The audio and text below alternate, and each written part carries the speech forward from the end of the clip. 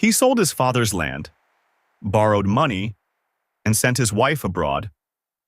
6 months later, she married another man. But what she didn't know was this. Before she left, he had already prepared for her betrayal. And when she found out, it was too late to escape. In a quiet village surrounded by red earth and palm trees, where gossip traveled faster than the wind, Chinedu was known as a man who loved too deeply. Not foolishly, at least not at first, but with a kind of devotion that made people uneasy. He was the type of man who would give everything he had, even when no one asked him to. His life was simple. Wake up early, go to the farm, return home tired but satisfied. But everything changed the day he married Amaka. From that moment, his dreams stopped being his alone. They became hers. And slowly, without realizing it, he began to build a future centered entirely around a woman whose heart was already somewhere else.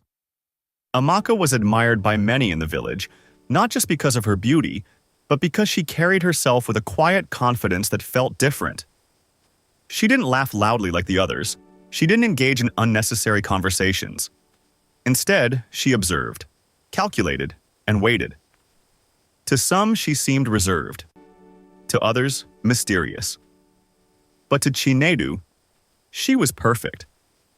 What he didn't understand was that Amaka had always felt too big for the life she was living.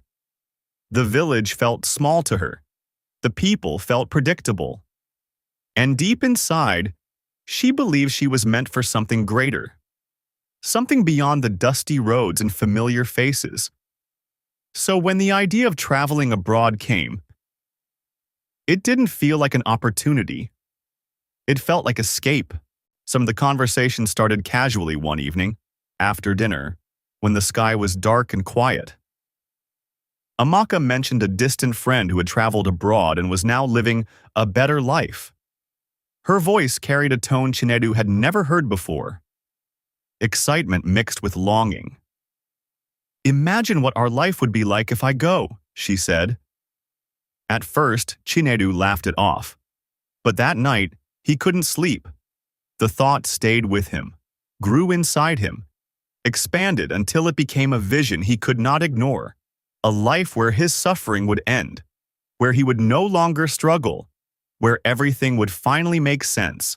And just like that, the seed was planted. Days turned into weeks, and that idea slowly transformed into a plan. Chinedu began asking questions, making inquiries, looking for ways to make it happen. But reality hit hard when he saw the cost. It was more money than he had ever seen at once. For a moment, doubt crept in. But then he looked at Amaka, and just like that, the doubt disappeared. Because love, when it is deep enough, has a way of silencing logic. So he made a decision that would change everything. He would do whatever it takes. No matter the cost, no matter the risk, even if it meant losing everything he had ever worked for. The first thing he sold was his motorcycle. It wasn't much, but it was a start. Then he sold his harvest earlier than planned, at a lower price, just to gather more money quickly. Still, it wasn't enough. So he turned to the only thing he had left of true value, the land his father left him. That land was more than property. It was identity, legacy, pride. But one afternoon, with shaking hands, Chinedu signed the papers, and just like that, his past was gone. The villagers heard about it and began to talk. "This is too much," they said. "Love should not cost this much." But Chinedu didn't listen, because by then, he was too far gone. Even after selling everything, he still needed more. That's when the borrowing began. Small loans at first, then bigger ones. Some with interest he didn't fully understand. But he kept going. Because every step brought him closer to what he believed was a breakthrough. Amaka watched all of this quietly. She never stopped him, never questioned him, never said, "This is too much." Instead, she encouraged him, gently, subtly. And that encouragement would later become one of the most painful memories he would carry. The day of her departure came faster than expected, and the entire village gathered to wish her well. It felt like a celebration. Songs were sung, prayers were made. Chinedu stood beside her, smiling proudly, even though something inside him felt uneasy. At the airport, he held her hands tightly. "Don't forget me," he said softly. She smiled. "How can I forget the man who changed my life?" she replied. But as she walked away, she didn't look back. Not once. And that moment, though small, would later replay in his mind again and again. The first month was everything Chinedu had hoped for. Amaka called regularly, sent pictures, spoke about opportunities and plans. She sounded happy, grateful, even loving. Chinedu felt proud. He walked through the village with a new confidence. "Our time has come," he would say. But slowly, without warning, things began to change. The calls became shorter. The messages became less frequent. The excitement in her voice began to fade. But Chinedu ignored it. Because sometimes, the truth is easier to ignore than to accept.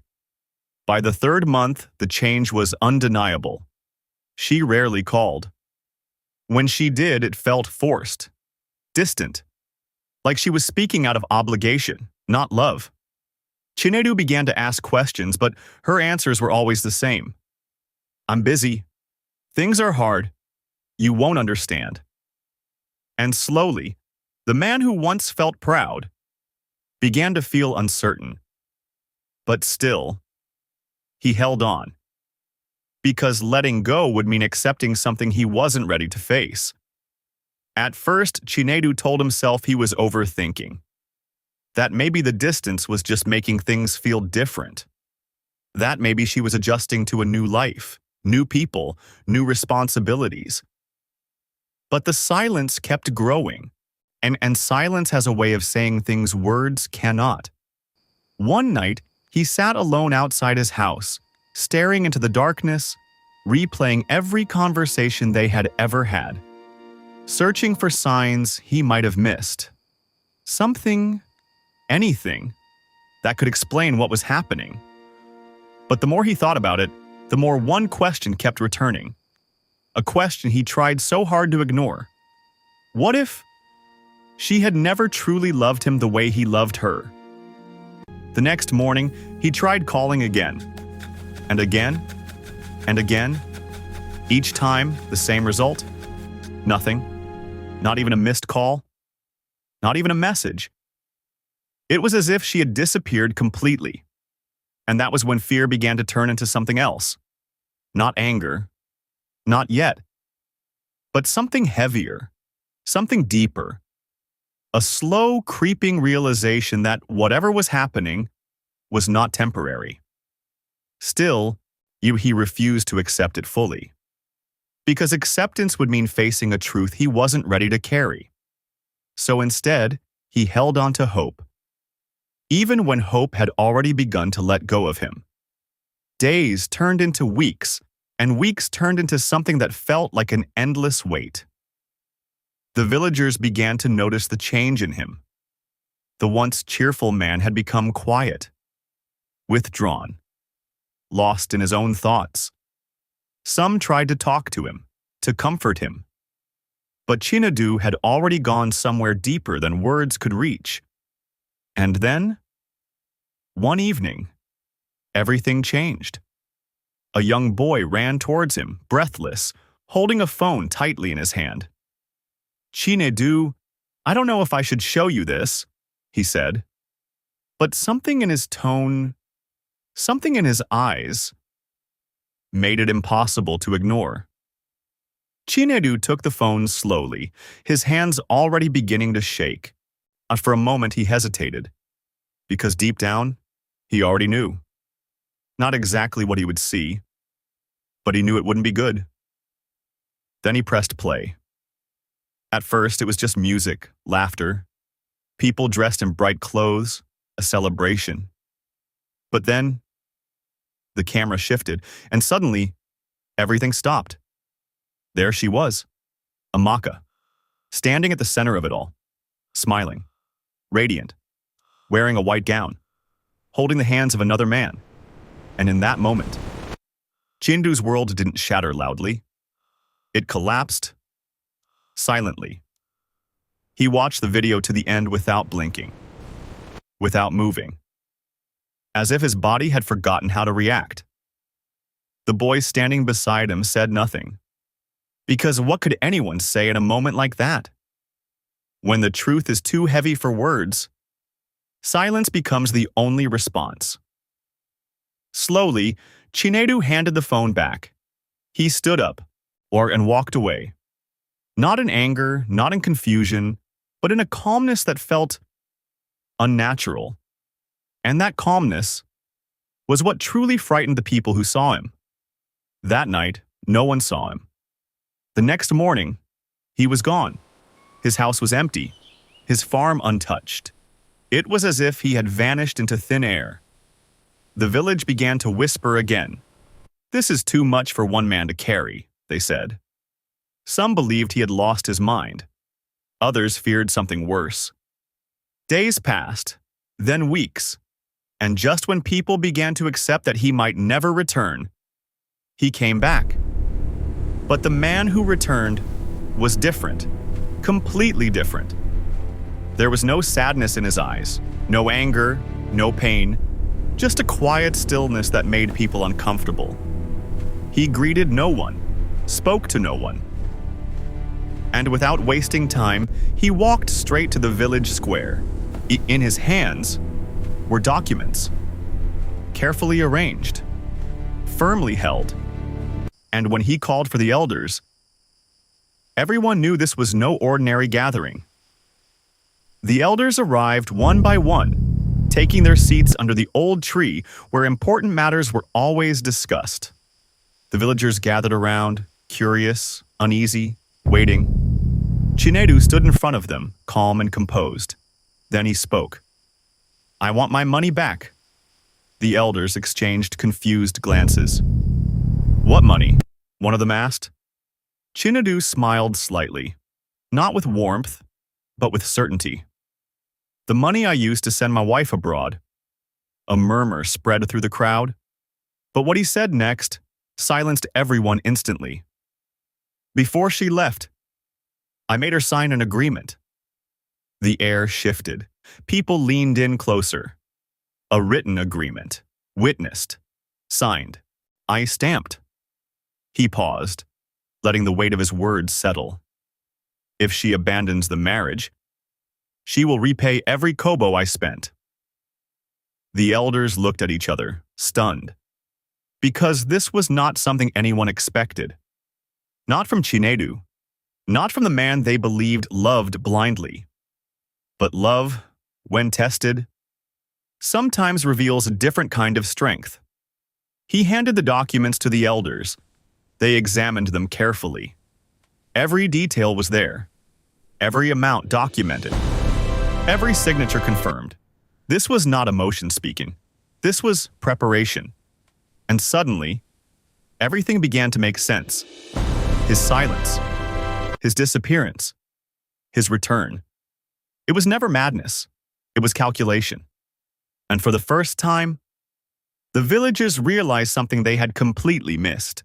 Chinedu had trusted his wife, but he had also prepared for the possibility that she might betray him. Far away in a country she once dreamed about, Amaka was living a completely different life. New clothes, new friends, a new husband, everything she thought she wanted. The past felt distant, almost non-existent, until one morning, a letter arrived. At first, she ignored it, but when more letters followed, she opened one. And in that moment, her entire world shifted. It was a legal notice, clear, direct, unavoidable. She was being demanded to repay everything Chinedu had spent on her relocation. every kobo, every detail. At first, she laughed. She thought it was impossible, that nothing could reach her where she was. But then, her bank account was frozen, her access restricted, her comfort interrupted. And suddenly, it was no longer a joke. She tried calling him, for the first time in months. But this time, it was her calls that went unanswered. She sent messages, long ones, emotional ones, apologetic ones. But Chinedu said nothing, because sometimes silence is not weakness. Sometimes it is control. Days turned into weeks again. But this time, the silence belonged to her, the same silence she once gave him. And slowly, the life she thought she had built began to crack. Her new husband started to change. The pressure became too much. And one day, he left.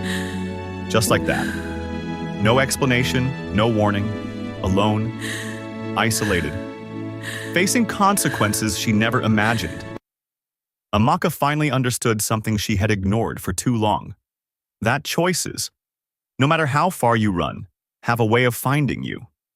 And when they do, there is nowhere left to hide. Back in the village, Chinedu stood quietly on a piece of land he had recently begun to rebuild. Not the same land he lost, but something new, something earned. And as the sun set behind him, one thing became clear. He was no longer the man who loved without limits. He was now a man who understood the cost of trust and the power of preparation. Because sometimes, the deepest betrayal doesn't destroy you. It transforms you into someone who will never be broken the same way again. If you were Chinedu, would you forgive her? Or would you do exactly what he did? Tell me in the comments.